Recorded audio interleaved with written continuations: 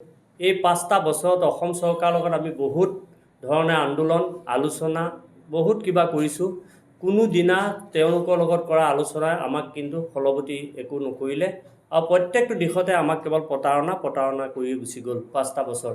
শেষ মুহূৰ্তত আজিৰ পৰা প্ৰায় 4 মাহমানৰ আগত আমাক শিক্ষামন্ত্ৰী ডাঙৰীয়াই মাতি নি পেলাই এটা নাচুত এটা শব্দ আমাৰ উপহাৰ দিলে, শব্দ বুলিয়ে ক'ব লাগিব, যিটো কোনো ধৰণৰ অপ্ৰয়োজনীয় কথা তেখেতে আমাক ক'লে। আমাৰ দৰমহাৰ 6% মাননি বৃদ্ধি কৰিম বুলি কৈ দিলে। সেই 6% অৰ্থাৎ আমি যদি 12,000 টকা দৰমহা পাই আছোঁ, আমাক 720 টকা মাত্ৰ মানে দিব, যিটো সময়ত মানে তেখেতসকলে গাঁওবুঢ়াকে আৰম্ভ কৰি অংগনবাদী কেন্দ্ৰ বিভিন্ন লোকৰ দৰমহা গাঁথনি বৃদ্ধি কৰিছে, বিভিন্ন লোকৰ চাকৰি দি পেলাই মানে চাকৰি দিছে।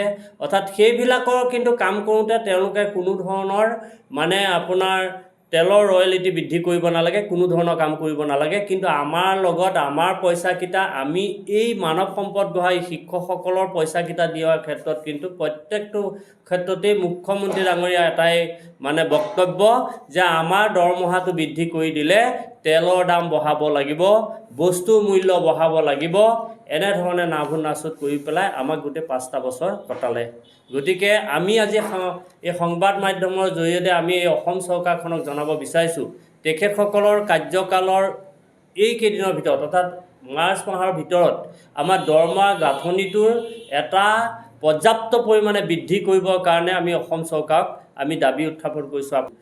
এই ইলেকশ্যনৰ আগমুহূৰ্ততে নটিফিকেশ্যন জাৰি কৰি পেলাই এক স্পেচিয়েল টেটৰ ব্যৱস্থা কৰি আমাৰ এই দুৰ্ভগীয়া শিক্ষকসকলক আমাক এই ব্যৱস্থাটোৰ পৰা যিটো মানে আপোনাৰ আমাক হেৰি কৰি আছে, মানে প্ৰতাৰণা কৰি আছে, এই প্ৰতাৰণামূলক এই ব্যৱস্থাটোৰ পৰা আমাক পৰিত্ৰাণ পোৱাবৰ কাৰণে আমি চৰকাৰৰ ওচৰত দাবী জনাইছোঁ।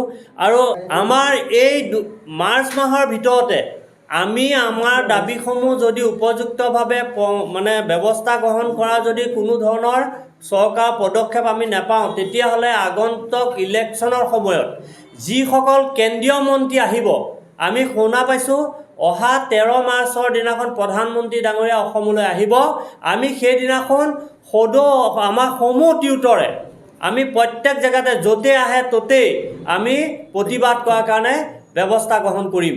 আৰু লগতে আমি এইটোও জনাই থওঁ আজি যে ইলেকশ্যনৰ সময়তে হওক বা অইন দিনতে হওক কেন্দ্ৰীয় মন্ত্ৰী বা বিভিন্ন আমাৰ এই প্ৰতিনিধিসকল য'তেই তেওঁলোকে হেৰি কৰিবলৈ নাযাওক, মিটিং পাতিবলৈ নাযাওক, আমাৰ টিউটৰসকলে কিন্তু তাতেই প্ৰতিবাদ কৰিব।